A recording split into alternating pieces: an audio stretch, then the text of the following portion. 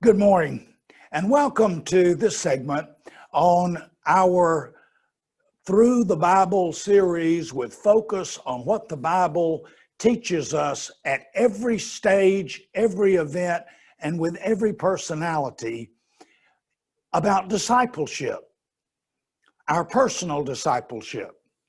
The title of our course that we are dealing with, beginning with Genesis through Revelation, is Becoming His Beloved, Answering God's Call to Discipleship.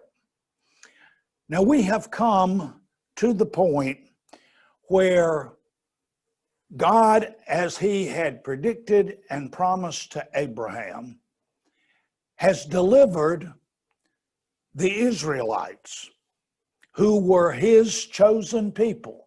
All of the Israelites are the children, basically the now enormous family of 1 to 2 million, all of whom are descendants not only of Abraham, but of Isaac and Jacob, of Abraham's children.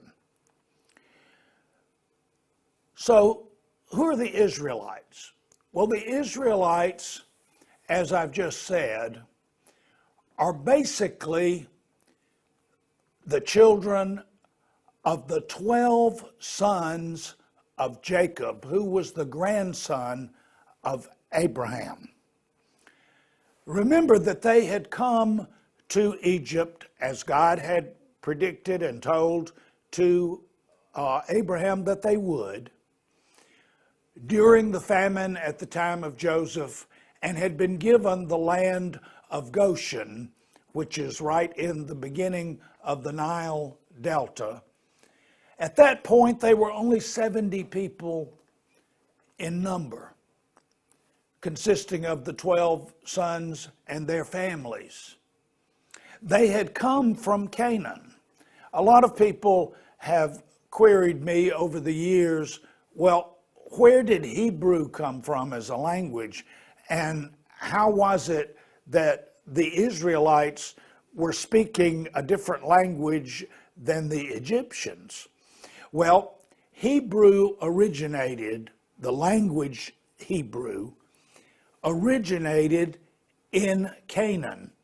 It was a subdialect of a larger Semitic language that was used all over the region, but Hebrew originated in Canaan and was largely already in the large developing stages as a language by the time of Abraham. So it was the language of Abraham, Isaac, and Jacob, and thus came into Egypt with the Israelites at the time they came in. Now, we know that the Israelites were not a huge family when they came in to Egypt. Given the area where they went for many years, possibly 200 years, they lived there relatively independently and growing as a family and as a loosely put together people. Now, what did the Israelites, and that's what we're focusing on today, what is the situation with the Israelites? And the reason that I think this is important is that as steeped as most of us are now in the whole history of how all of this happened, we tend to think of Israelites as like ourselves, knowing a lot of the things that we know. We know it because of everything that happened that formed this, and even since. They were at the very beginning. For instance, it is likely that all that they knew was that they were the huge family of Abraham, and that Abraham had a God that he thought a lot of, and God thought a lot of him. And he had promised them that they would have, as his children, a promised land, Canaan. Well, in those primitive times, individually they couldn't have known very much about what any of that possibly could mean concerning themselves. We had 400 years during which we have no record nor indication that there were any substantive revelations of God to them. We had revelations of God to Abraham. God spoke directly to his son Isaac, reiterating the covenant and his promises. Also the same conversations through dreams and visions with Jacob before he came into Egypt. But now we have 400 more years, and during that period of time, imagine generation after generation after generation after generation where all of this about which we have just spoken is not reiterated. There's nothing to teach. There's nothing to set your sights on other than this promise. In fact, this is so true, what I'm telling you right now, that remember, at the very beginning of God's interaction with Moses concerning that he was going to use Moses to lead the people out of Egypt, at that point, remember Moses' response. There are two verses in Exodus during the initial conversations with Moses by God that tell us an awful lot about the state of where we are with Israel at that point, Israelites.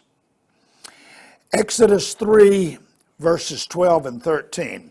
Listen carefully to this. So he said, God said, I will certainly be with you, and this shall be a sign to you that I have sent you. When you have brought the people out of Egypt, you shall serve God on this mountain. God, the burning bush was at the foot of Mount Sinai, which is a long way from Egypt, as we shall see.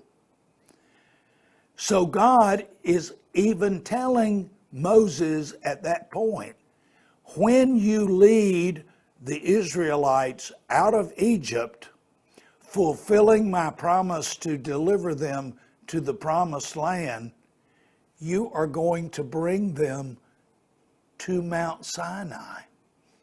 Very interesting point. It'll make more sense in a few moments.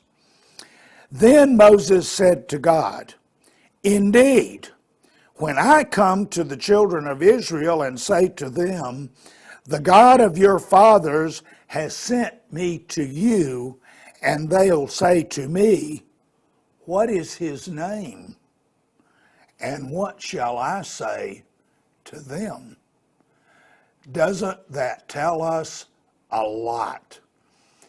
God is using Moses not only to introduce the idea to the Pharaoh and to the Israelites that there's about to be a huge upheaval of God delivering his people out of Egypt. They both know that these folks, these Israelites, are going to have no idea what Moses is talking about in terms of who this God is.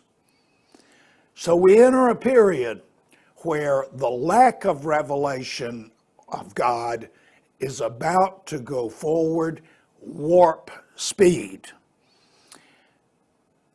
Remember, the Israelites had lived for 400 years in Egypt as a underclass. They were largely servants, laborers.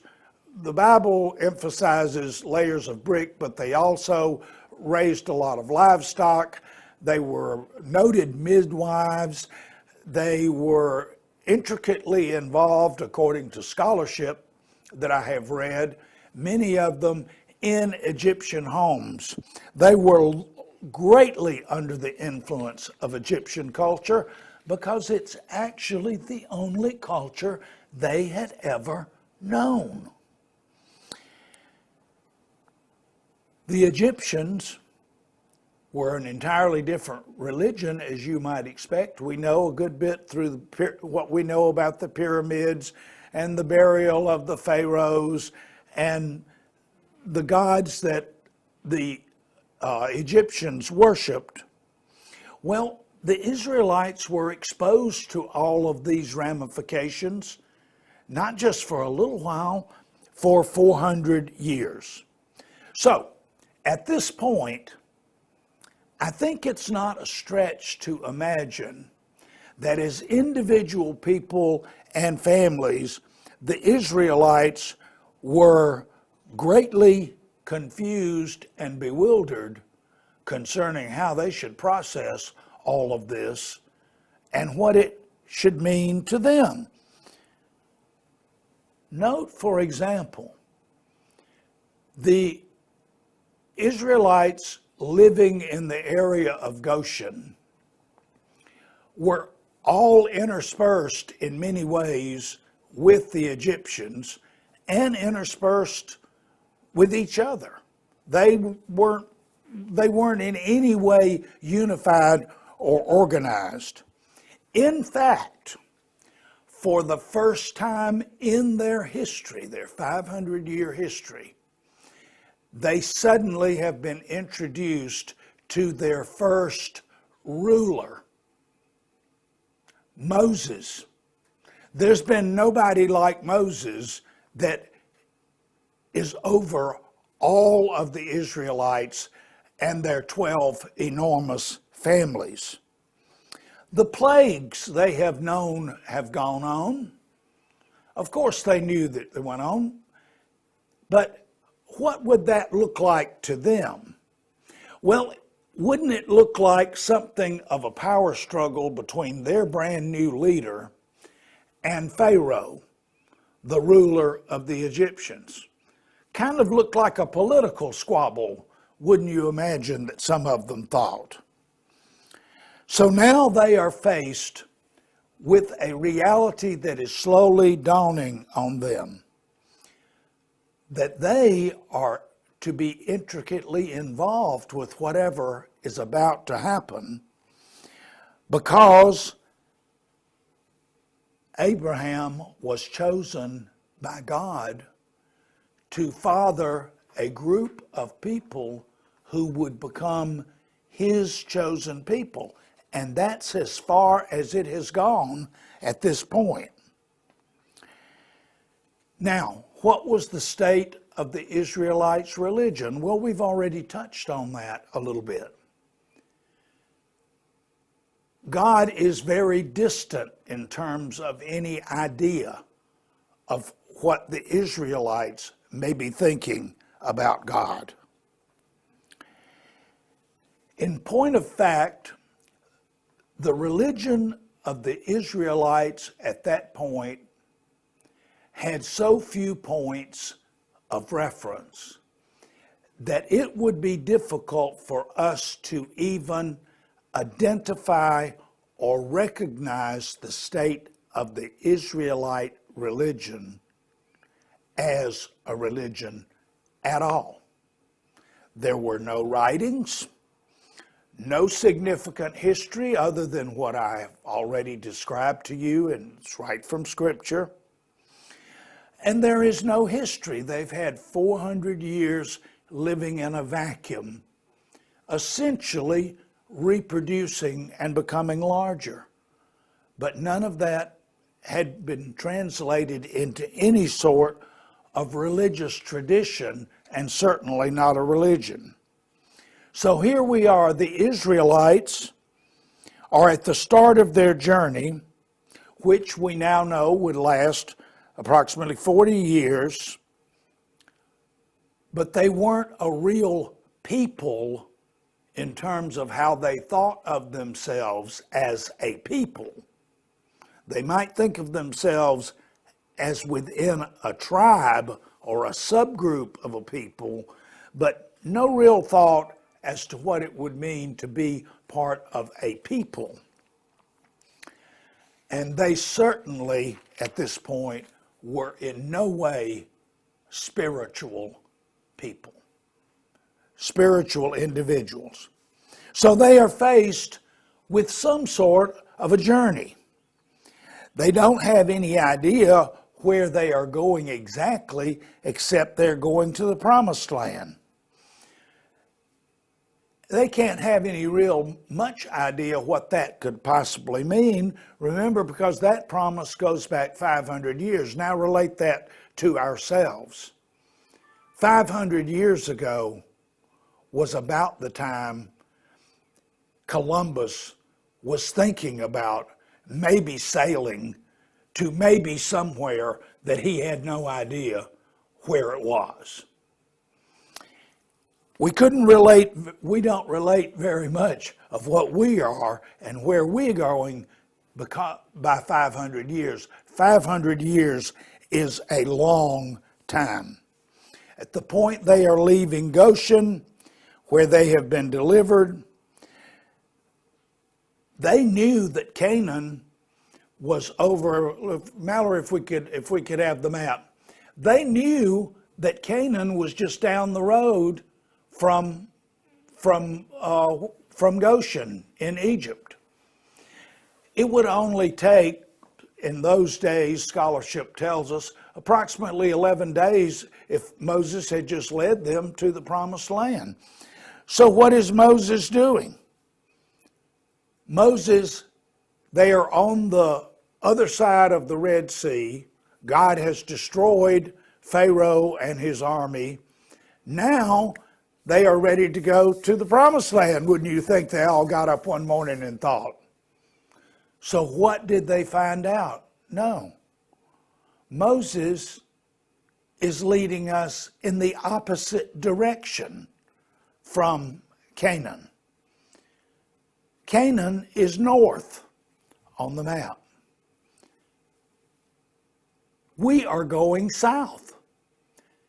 And they haven't been told where they are going south. Now, it took them approximately a month, maybe a month and a half, to get from the point of the Red Sea crossing to Mount Sinai. All of this time, they are following a pillar of cloud by day and fire by night. So they have some idea about what God is doing to lead them. But they still have the confusion of why on earth they would be going south when they were supposed to go to the promised land. And to show you how real that confusion might well be, Mount Sinai, where they end up going, is 236 miles from Jerusalem. It is a long, long ways. So, in all of this, what on earth is going on? Well, we are entering one of the most important periods, this 40 years, for us also. It is the beginning of what will become a key part of our culture in the modern times. Key elements of religion and law and organization and principles of morals, all are about to be laid down as foundations during the next 40 years. God is about to lay these foundations, both of a nation, which does not exist at this point, Israel, about to make them a people of the nation, which at this point they are not. And not only that, but we can see that it is the base foundation for not only the Judeo-Christian religion, but of Christianity in specific now, which has reached 2.5 billion people. And the structure of that all began right here. Thank you. Have a blessed day.